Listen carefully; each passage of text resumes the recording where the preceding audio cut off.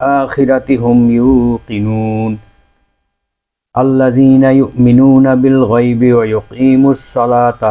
ويقيمون الصلاة ومما رزقناهم ينفقون صدق الله العظيم।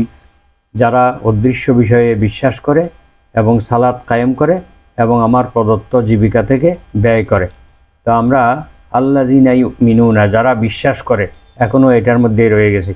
তো আজকে এই বিশ্বাস বা ইমানের একটা অংশ হলো, একটা আলোচনার অংশ হলো আল ফারকু বাইনাল ইমানি ওয়াল ইসলাম, ইমান এবং ইসলামের মধ্যে পার্থক্য কি।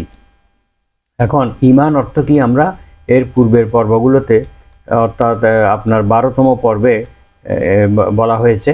তো ইমান শব্দের অর্থ হলো নিরাপত্তা লাভ করা।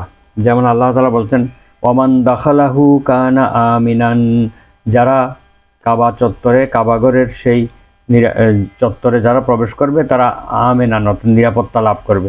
তো ইমান মানে হলো নিরাপত্তা লাভ করা, অর্থাৎ যে ব্যক্তি ইমান আনলো সেই জাহান্নাম থেকে নিরাপদ হয়ে গেল, আল্লাহ তাআলার জান্নাতে যাওয়ার সেটা নির্দিষ্ট হয়ে গেল। তো স্বীকৃতি প্রদান করা, মহান আল্লাহ তাআলার যে অদৃশ্য বিষয়গুলোর প্রতি স্বীকৃতি প্রদান করা। তো আমরা ইমানের বিস্তারিত বর্ণনা আমরা পূর্বে দিয়েছি।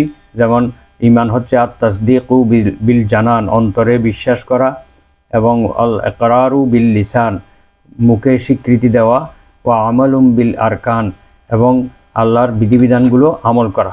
তো এই ব্যাপারে দুইটি মতামত রয়েছে, সেইগুলো আমরা গত পর্বে আলোচনা করেছি। আপনারা সেই পর্বগুলো ধারাবাহিকভাবে যদি দেখেন তাহলে ইনশাআল্লাহ সব কিছুই ক্লিয়ার হয়ে যাবে।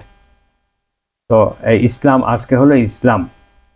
ইসলাম অর্থ হলো, ইসলামের সংজ্ঞা হলো, ইসলাম শব্দের অর্থ আত্মসমর্পণ করা, নতি স্বীকার করা, অর্থাৎ আল ইনকিয়াদু নতি স্বীকার করা, আনুগত্য করা, আল ইতাআতু নিরাপদ হওয়া, নিরাপত্তা লাভ করা, সিলমুন সিলমু অর্থ শান্তি লাভ করা, নিরাপত্তা লাভ করা। এটা সিলমুন ধাতু থেকে, সিন লাম মিম ধাতু থেকে এটি গঠিত হয়েছে। তো ইসলামী পরিভাষায় ইসলাম বলা হয় আল ইস্তিসলামু লিল্লাহি বিত্তাওহীদি ওয়াল ইনকিয়াদি লাহু বিত্তাআতি ওয়াল বারাআতু মিনাশ শিরকি ওয়া আহলি। মজমুউল ফাতোয়া, আল্লামা ইবনে তাইমিয়া রচিত, উসুলুস সালাসা, মুহাম্মদ ইবনে আব্দুল ওয়াহ্হাব রাহিমাহুল্লাহ রচিত এই গ্রন্থগুলোতে এইভাবে সংজ্ঞা দেওয়া হয়েছে।